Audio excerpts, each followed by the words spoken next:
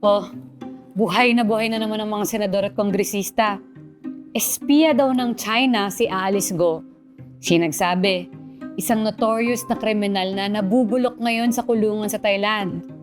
Do we believe him? Here's the tea. Ito si Xia Zhijiang.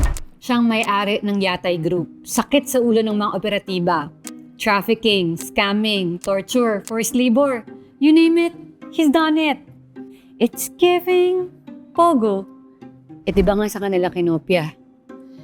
2022 nang naaresto si Xia Zhijiang sa Thailand. At ngayon, gusto siyang arborin ng China. Lagot siya dun kasi gambling is illegal there. So what does he do? He says he's a Chinese spy. Nagturo pa siya. Si Alice Go or si Guo Huaping, spy din daw. Pero may supporting file siya ha. Yung dati niyang kaselda na ngayon ay nakalaya na, yun yung ginawa niyang custodian ng kanyang files. Si Wang Fugui.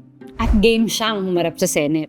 佘志江本人对菲律宾的感情是非常深厚的，因为的话，他曾经说过菲律宾给了他改变穷苦身份的机会。 Has not harmed. Okay, let's check ha.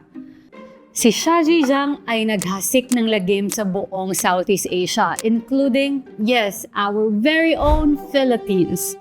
Ano ginawa niya dito? Investments, real estate, blockchain. O diba? It's giving pogo.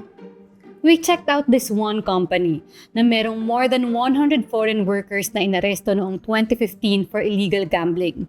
Its owner is Xia Zhijiang. How do we know it's the same Xia Zhijiang?